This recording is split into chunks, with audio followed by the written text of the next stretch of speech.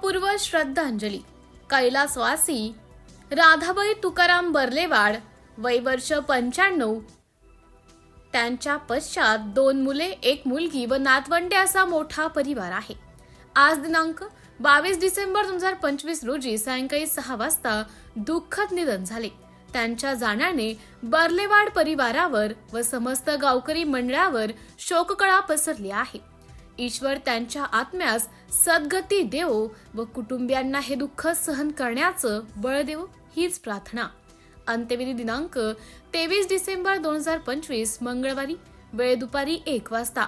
स्थळ कोलंबी, तालुका नायगाव, जिल्हा नांदेड. शोकाकुल परिवार बर्लेवाड परिवार व समस्त गावकरी मंडळी कोलंबी, तालुका नायगाव.